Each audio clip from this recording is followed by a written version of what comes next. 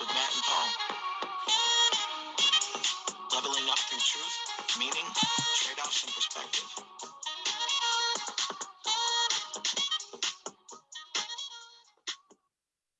Hey Matt, how you doing tonight? I'm great. Good to see you. Good to see you. I'm a little concerned because I see that map behind you, and I know you don't even know where half those states are yet alone ever being a history teacher. So explain. It was a gift. No, I'm just sitting here. I'm sitting here laughing because we just did like a half-hour podcast, without recording it. We've just been laughing about having such a great conversation and talking about how fun it was. We got to make sure we get some of this other stuff we were talking about out there, and I'm sure we will over time. But it's a lot of fun having these conversations, and that's been the mode of the whole time anyway. So I'm looking forward to more conversation tonight. That could be like a VIP pre-party or something, right? Oh, there you go. That's a good idea.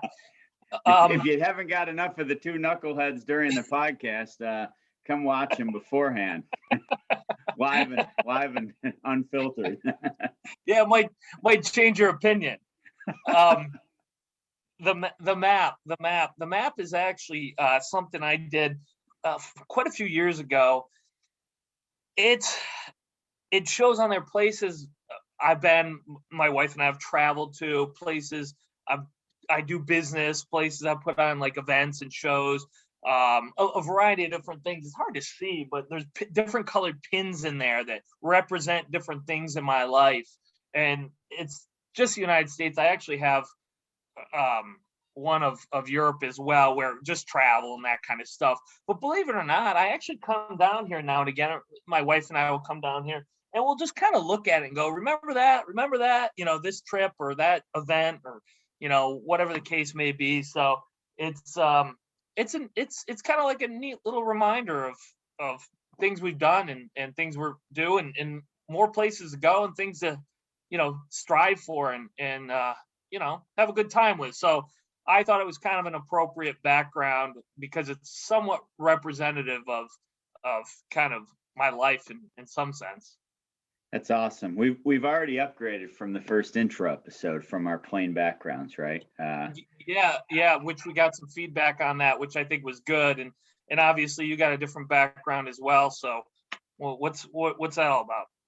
It's my man cave in a sense, but it's based on there's a lot of plaques and sports paraphernalia of things I've collected and things we've experienced. Obviously, at an earlier time in my life, I was all over the country with both my daughters and wife playing softball. Not my wife and I, but my daughters playing softball. We just watched, but just some collector's items and things like that. But interestingly enough, the baseball bat behind me, when I was cleaning out my grandmother's house when she passed away, I found that. And turns out my dad used that. My father used that bat when he was in Little League back in the day. Really? Yeah, and I don't understand it because I don't know how you could hit a home run with like a wooden bat when you're a kid.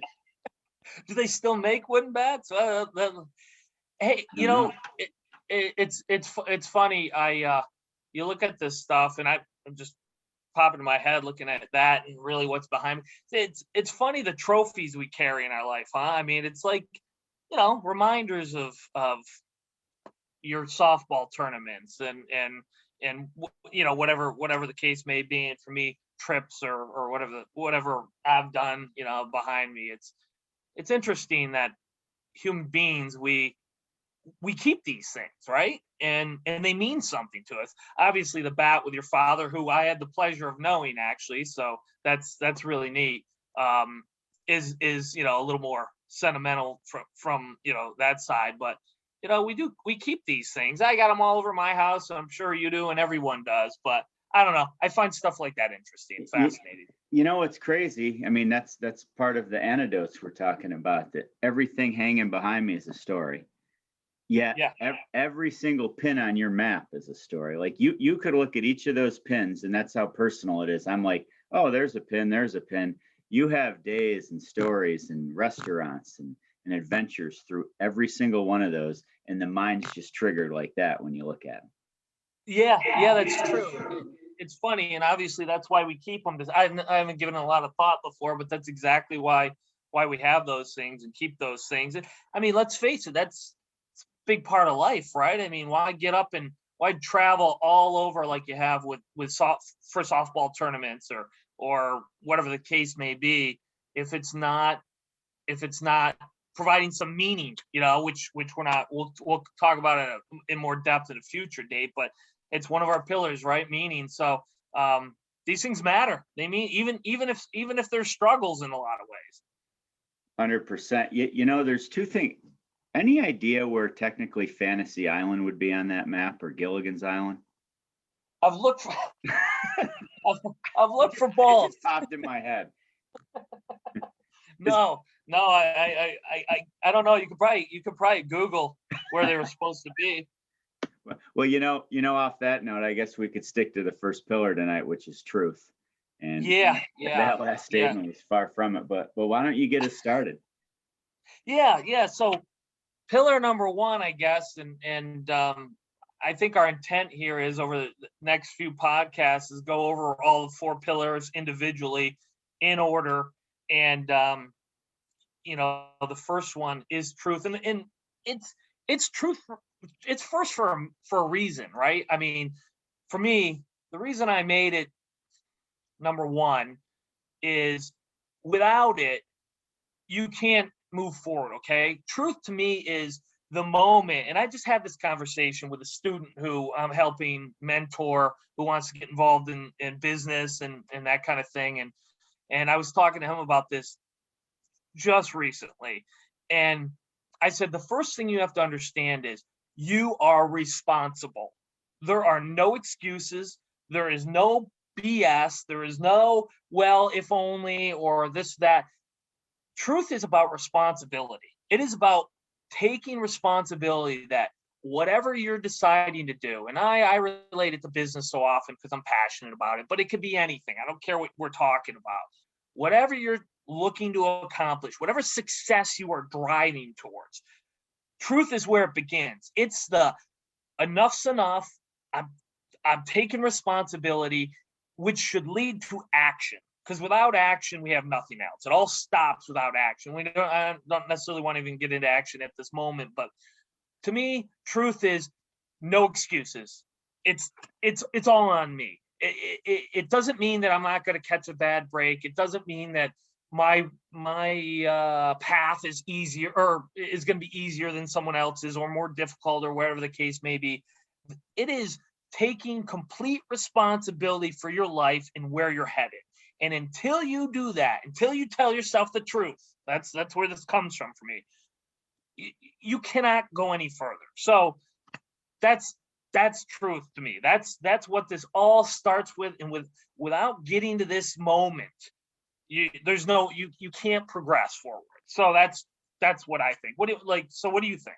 Well, two things. If you see me writing, it's because I'm taking notes so I have something to talk about in class tomorrow.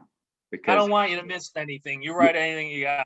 You know us teachers, it's either a movie or it's a quick lesson that somebody else says, and I haven't been on YouTube yet today. So I'll probably take credit for it though, just so you know.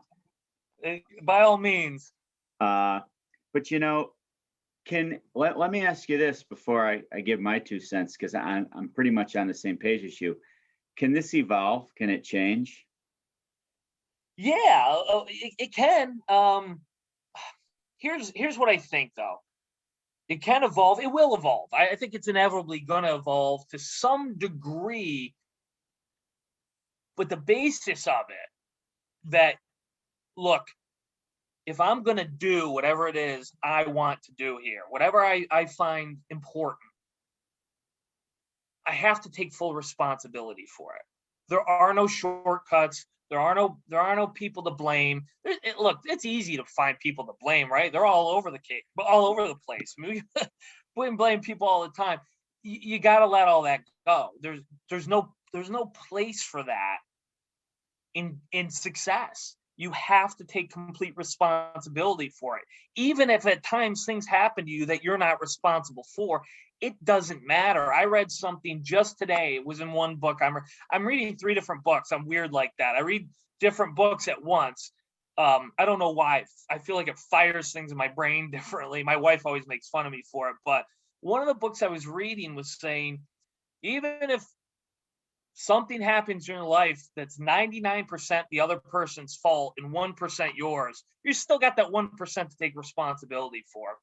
And that hit home for me in this conversation, knowing it was coming, because you cannot blame anyone. You have to take full responsibility for it. And let me give you a quick story that I think of when I think of truth, right? And I tell people, and it's actually goes back to when I was in high school, which was like 5 years ago. So I'm a little older than that. My sophomore year in high school, I wanted to dunk a basketball in high school so badly. Okay, this was a goal of mine. My older brother, who you know, had told me that there's no way I was ever going to dunk, and I was, probably 5'9" at the time or something like that, 5'10", but I was going to do it. He said, I'll bet you $50, which going way back then was probably like, $500 today. Yeah, you would have been retired. So I'll never forget that. I was a sophomore, and I said, I'm going to do it. And now, you know what I did? I internalized that challenge. And this is the first experience I ever had, because I didn't care about academics that much. I didn't care about much of anything other than sports at that point in my life. And I committed to working on my jumping ability so much. I was jumping 45 minutes of jump rope a day. I don't know if you've ever jumped rope for 45 minutes. No. It's a long time. 5 minutes jump roping is a long time, Paul. I jumped 45 minutes a day, every day, for over 11 years. Whether it was Christmas, my birthday, the only time I took off, I had ended up having open heart surgery at some point during that 11 years. That's a whole nother story right there. I had to take that off for a bit of time. But the point I'm making is I committed to that so much. And not only was I dunking, and my brother never paid me that $50, by the way, but I was jumping. I was doing all sorts of trick dunks and all that, and it was important to me, right? It mattered to me, and I committed to it in a grand way. But I believe that story to me is the truth. Like, there was no, okay, I really want to dunk, and next week I'm sitting on the couch eating Doritos, going, boy, I really hope this happens. I had to commit. I had to be all in. I had to take action. And there's probably 5, 6, 7, 8, 10 stories of my life I have like that. And a lot of other people do too. Successful people have those stories. You got to go all in. You got to take action. You got to be responsible. There's nobody else who can do it for you. It's not, even if they wanted to, they couldn't. There's no way around it. And that's the beauty of it too, because you have to do it. And that's beautiful. So is a big factor when it comes to truth awareness?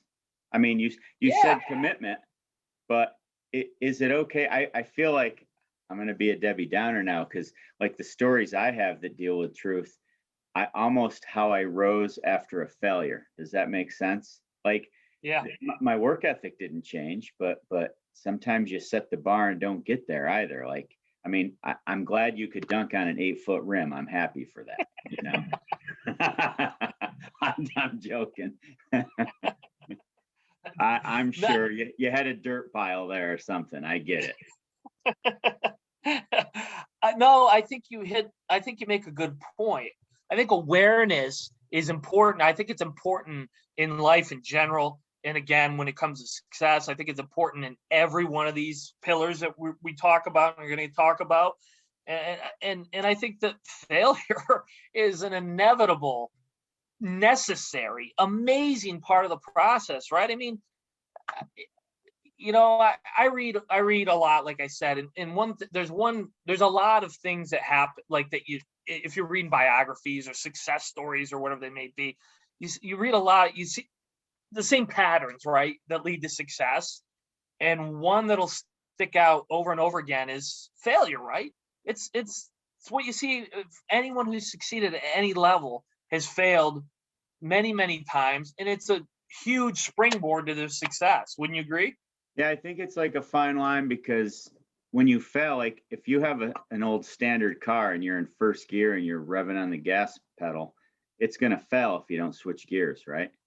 Like that's just the path you're going maybe isn't sustainable. Maybe you've tapped out, maybe you can't do anymore. So that's what I was thinking about when I started playing golf in sixth grade back when people didn't even think golf was a sport. Okay. It was pre-Tiger Woods and pre-lifting and all that stuff. And when I tried out for the high school team, it was the only sport I was ever cut in. And then ironically, you go through the progression. I go play college golf, and then I go on mini tours, and I'm down in Florida. And at some point, I failed again, or I wouldn't be here doing a podcast with you. I'd be doing it with Joe or Tom Brady or Tiger Woods or something. But when I failed at that, then I switched gears and really found myself and realized I wanted to teach after a degree in finance. And I'm going through all that, and now here I am 20 something years later. I mean, I won't get into the gears I've shifted in education. That could be other podcasts with what I teach and what you help me with now. But I've shifted gears when COVID hit. I live for teaching and coaching, and all that gets shut down. And then I spend the last 8 months getting my securities licenses. So, I mean, every time maybe it's not even failure. Maybe it's a ceiling. Maybe it's a change of the environment that you can't control.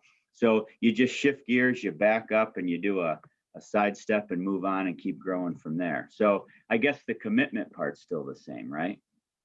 Yeah, for sure. And I mean, your kind of your story there a little bit is very, I think, appropriate for most people's lives. And some degree, you're gonna go down this path and it'll lead to this path, and you never quite know. And that's part of the interesting, I guess, part of life. But the commitment still has to be there that, hey, I'm responsible. And if I'm going to have a level of success, and when I'm talking about a level of success in what I believe in and perceive, isn't just a normal level of success either. I like to talk to people and strive for, and I certainly don't always get there, to really extraordinary level success. I mean extraordinary, not like, I'm not cut from the cloth of it's okay just to the status quo, and and I know you're not that way either, and I like talking to people and listening to their stories and reading about or whatever. People go next level success, and even I think this is a appropriate word for it, obsessed. When I talk about that my dunking story, I was obsessed. You don't jump rope for 11 straight years, 45 minutes a day if you're not obsessed. You don't, I was talking to some students the other day, and I was telling them this exact same thing. Were they my students? Hey, look, they were actually. So I'm glad they showed up. I'm just glad they showed up. Frankly, I was shocked. So we were talking about this. We were talking about success, and they have dreams and goals, and that's one of the reasons I love talking to them. I love hearing about them. And one of the things I was saying to them is, I go, look, these people, we were talking about people we admire and people achieving great levels of success, said, these people are obsessed with what they're doing. I said, what do you think Tom Brady is doing right now?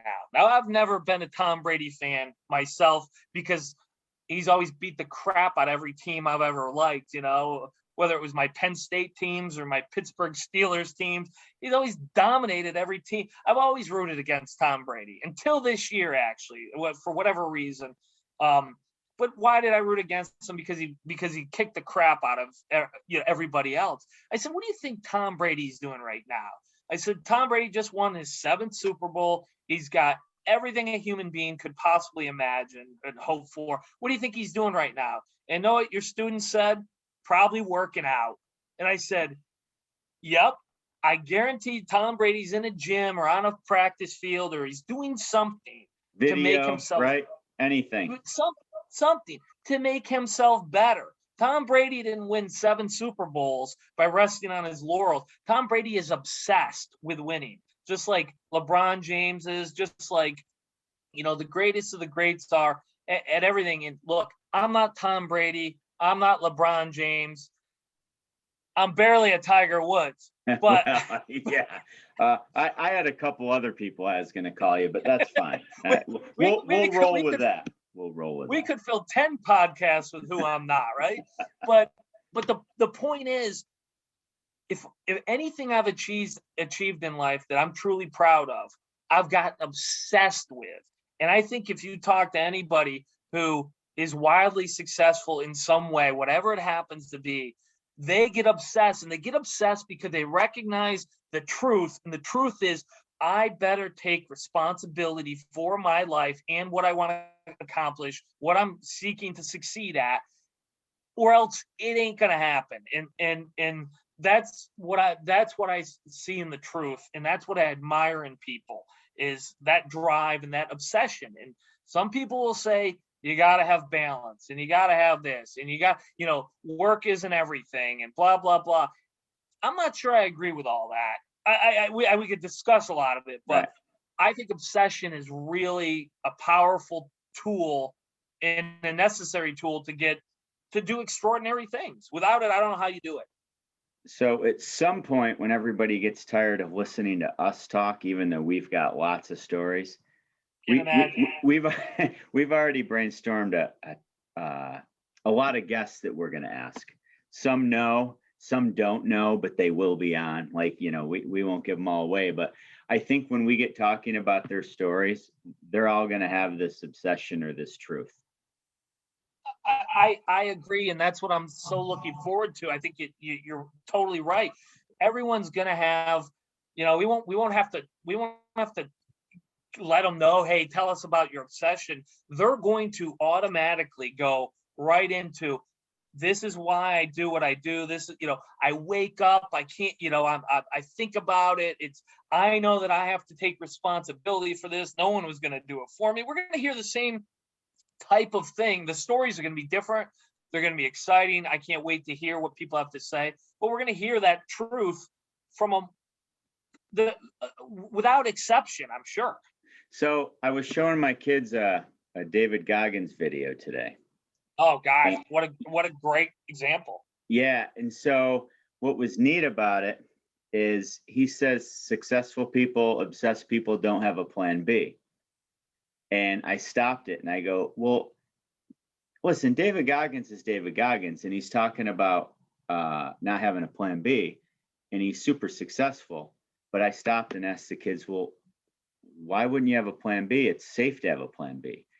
And one of them actually said, and I didn't give them the answer ahead of time, they just said it, that, well, the plan B, like his commitment and his obsession, he'll create a plan B if plan A doesn't happen. But in his mind, and I mean, I'm not putting either of us even in his left foot. He doesn't have a plan B because there's just no reason to. He's accountable, and the truth is he's going to get where he's at. And that's why I mentioned earlier with the shift for even for anybody else, if you don't get to that pinnacle where you want to get at, I still feel you think you arrive there eventually, because you don't have a plan B. You just morph and change your plan and truth to where you want to be. Does that make sense? Or yeah, no, I see what you're saying. I think that, a guy like a Goggins and who, like you said, I mean, next level kind of success, which, I admire the heck out of. I think people like that flat out say, I don't have time for a plan B because I'm so focused on plan A that, that I can't even give a plan B a thought. I think there's a lot of that. I think also that if you don't hit, I'm a goal setter. I think you're a goal setter. Most people who want to succeed, set goals. It's important. I write mine down. I read them. I do all the hokey stuff people, you read about in a book that, I do all that. Even if I don't achieve what I set out to do, which of course happens, it's important. It's important to have that you're always aiming for. You know what I mean? It's like, I gotta have an aim. I have to have an aim. I have to have a goal, and I'm shooting for it. Even if I fall short, I fall short. But it's not because I'm not going to give it my all. And the only thing I would discourage anybody from doing is going, well, I'm going to set a goal, but let me set this other easier attainable goal down here as a safety net. Because I don't think you have to be vocal about your goals. You don't know all my goals. I know, outside of probably my wife, certainly my wife, nobody knows what really my goals are. Because I have to internalize them. They only matter to me. So I just would encourage people not to settle. Go for it. I just believe in it wholeheartly. Go for it. And if you end up short, you end up short. But I don't know a lot of people who have regrets from ending up short. I know people who have regrets for not going. You know what I mean? That they're not taking responsibility, for it. I hear all the. This is a cliche that I'm not a fan of. Nobody ever on their deathbed was like, "Oh, I wanted to work more." I'm not so sure that's true. And the reason I say that is, I think a lot of people on their deathbed goes, I wish I would have given it a shot, right? Like with your golf, if you hadn't given it a shot and you just said, hey, look, I'm going to play it safe. I'm never going to be A, B, C, or D. I'm just going to go into teaching or go into whatever, you want to finance or whatever you want. I don't know if that makes you the guy I know and, right. and the person I admire. And I'm not saying you have to work 60 hours a week and, dig in a ditch because, hey, hard work is what's important. What I think is important is recognizing that I got one shot at this thing. And that's the truth I live with every day. And some days it's easier for me or I'm more motivated than the others. And I hate myself when I'm not highly motivated. It's like, I got one shot at this thing. And if I'm not going to go for it, I have a tough time looking at myself in the mirror. So I want to enjoy my life and enjoy my family and enjoy my community and enjoy my loved ones. And I have a responsibility to other people, and all those things matter to me. But I'm not going to end up on my deathbed with I wish I had gone for it to some degree. And sadly, I bet more people end up there than don't. Well, when you have a plan B, you have an out, right? And Well said. if you have a plan A that you're obsessed with, you don't have to worry about the out because you'll land on your feet and keep running to the next goal. Like that's why I'm trying not to be like a downer here, but you don't need a plan B, and failure's okay because your work ethic and everything you've made, I don't want to use the word trade-off because that's another pillar later, but every choice you're making, you're going to still be in the right spot because you have that work ethic to keep moving on. Like this, you might not have achieved this, but your work ethic to get there puts you above your next goal or your next goal.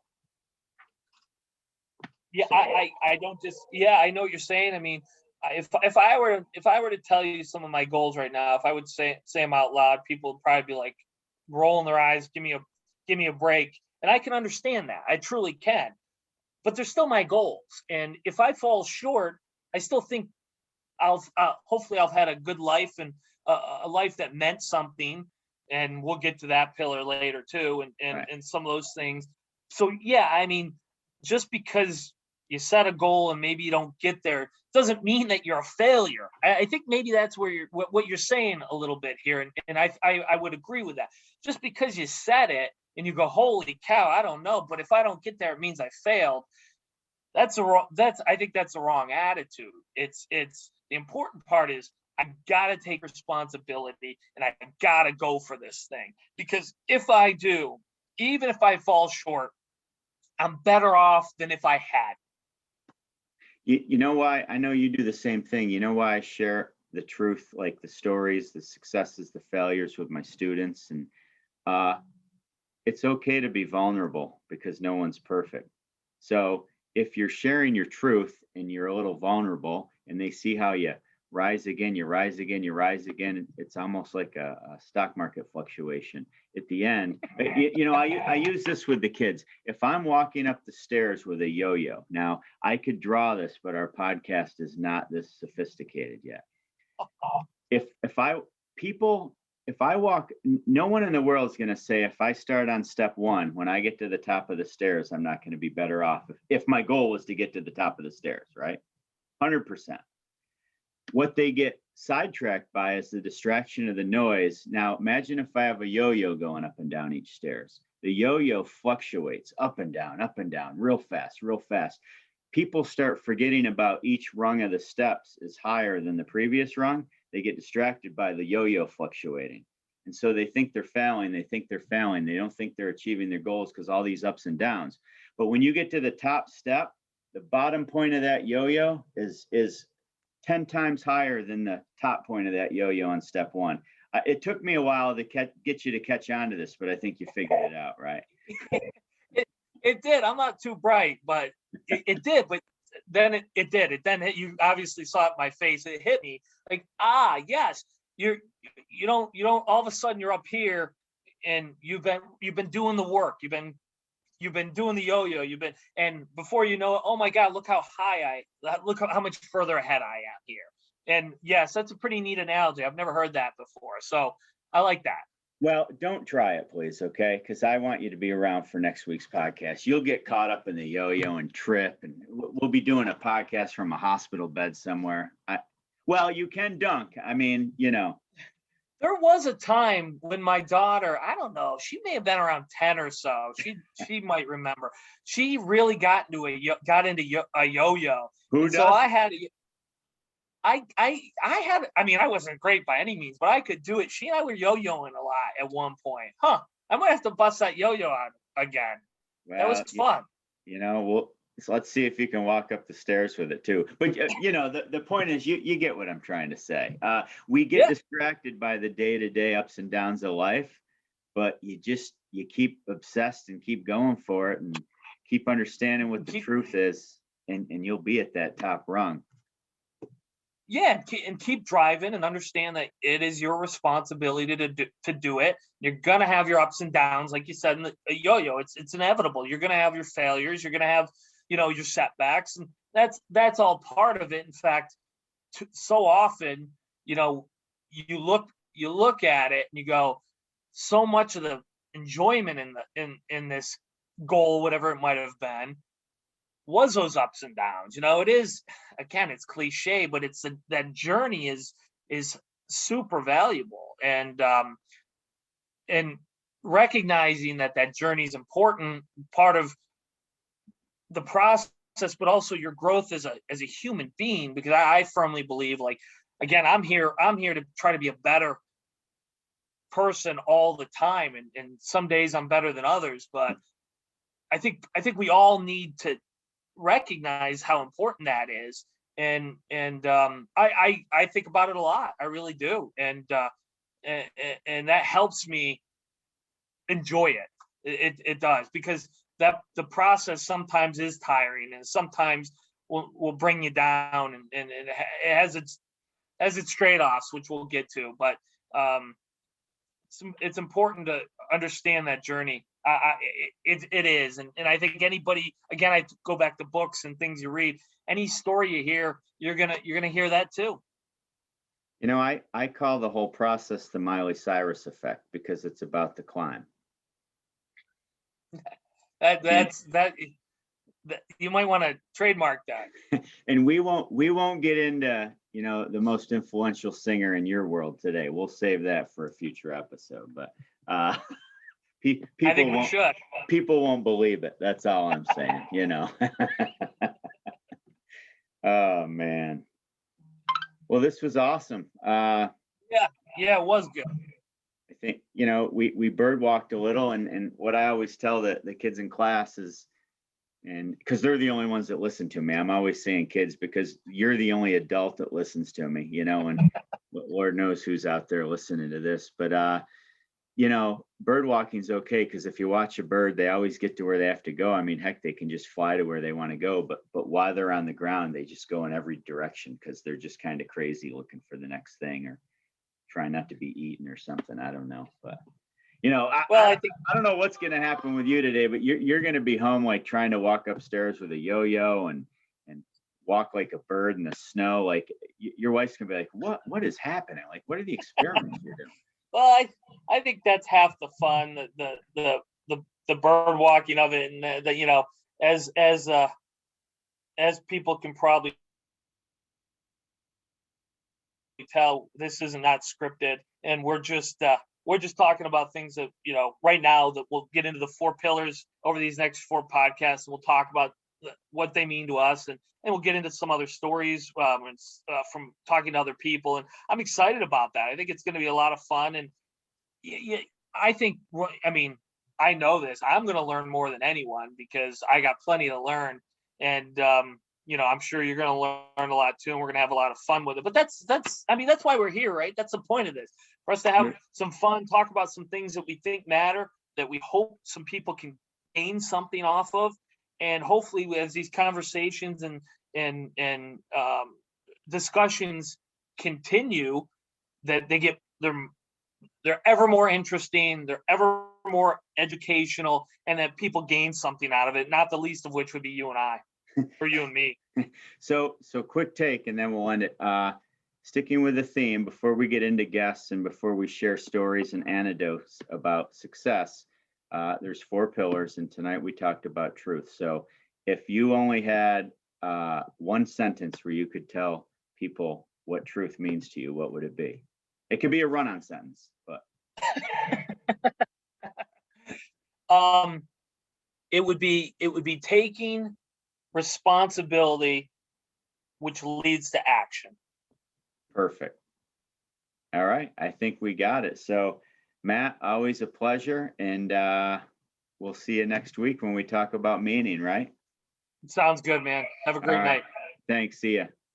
All right, bye-bye.